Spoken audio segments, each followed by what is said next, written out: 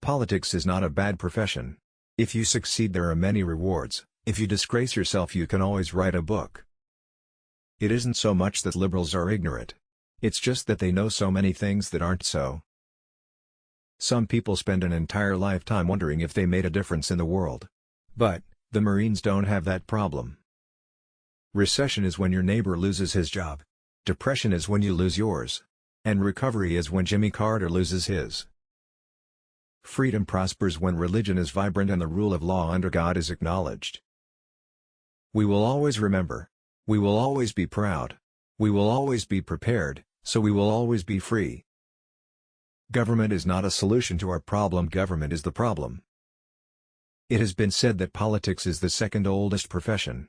I have learned that it bears a striking resemblance to the first. The future doesn't belong to the light-hearted. It belongs to the brave. Socialists ignore the side of man that is the spirit. They can provide you shelter, fill your belly with bacon and beans, treat you when you're ill, all the things guaranteed to a prisoner or a slave. They don't understand that we also dream. Our natural, inalienable rights are now considered to be a dispensation from government, and freedom has never been so fragile, so close to slipping from our grasp as it is at this moment. When you can't make them see the light, make them feel the heat. The federal government did not create the states created the federal government. If you analyze it, I believe the very heart and soul of conservatism is libertarianism. I think conservatism is really a misnomer, just as liberalism is a misnomer for the liberals. If we were back in the days of the revolution, so-called conservatives today would be the liberals and the liberals would be the Tories. The basis of conservatism is a desire for less government interference or less centralized authority or more individual freedom, and this is a pretty general description also of what libertarianism is. Someday, the realm of liberty and justice will encompass the planet. Freedom is not just the birthright of the few, it is the God-given right of all His children, in every country. It won't come by conquest.